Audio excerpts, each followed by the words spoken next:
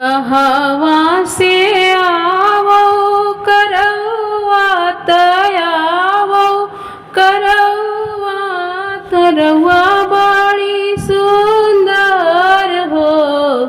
सखिया कहवा से आवे हो चुनरिया चुनरिया लागल झालर हो।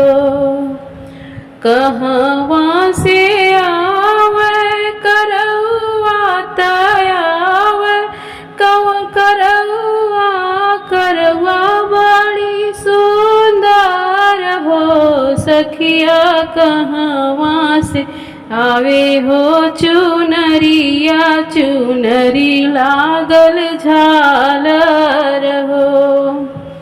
नैहरे से आवे करवा तयावे करवा करवा बड़ी सुंदर हो।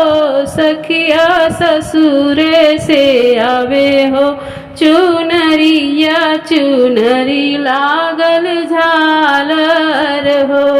सखिया ससुरे से आवे चुनरिया चुनरी लागल झालर हो।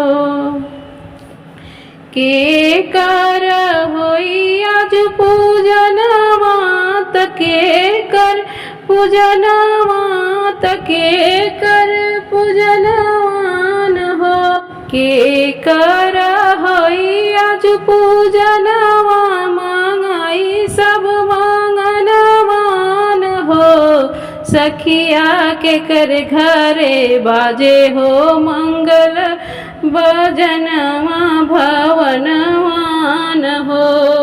सखिया के कर घरे बाजे हो भजनवा मंगल होई भवनवान हो।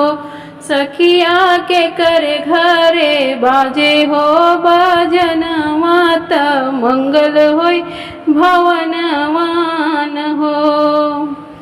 चौथी माई के होई पूजनवा त होई पूजनवा मंगाई सब मगनवा मंगाई सब मगनवान हो।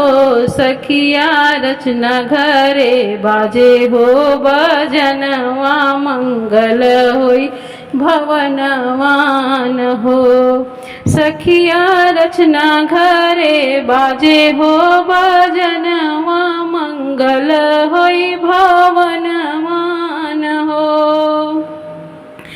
के उठी भोरही जगावत भोरही जगावे हो तो सरगी खियावाई हो। के उठी भोरही जगावत भोरही जगावाई तो सरगी खियावाई हो। सखिया के देई सोलह हो श्रृंगारवा त सिंदूर भर सिंदूरवान हो। सखिया के देई सिंदूर भर सिंदूरवान हो।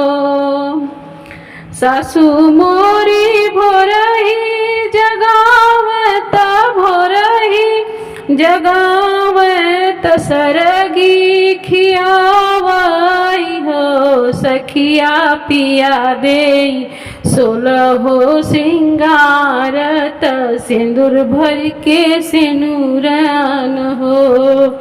सखिया पिया दी है सोलह हो श्रृंगारवा सिंदूरी भर सिनुरन हो।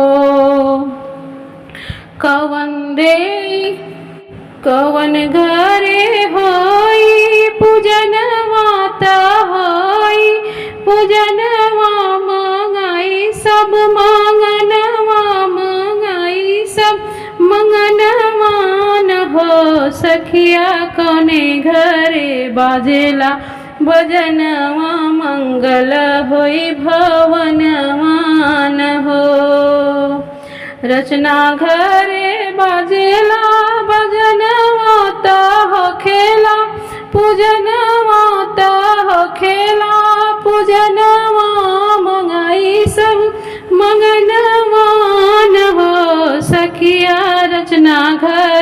बाजेला भजनवा मंगल होई भवनवान हो।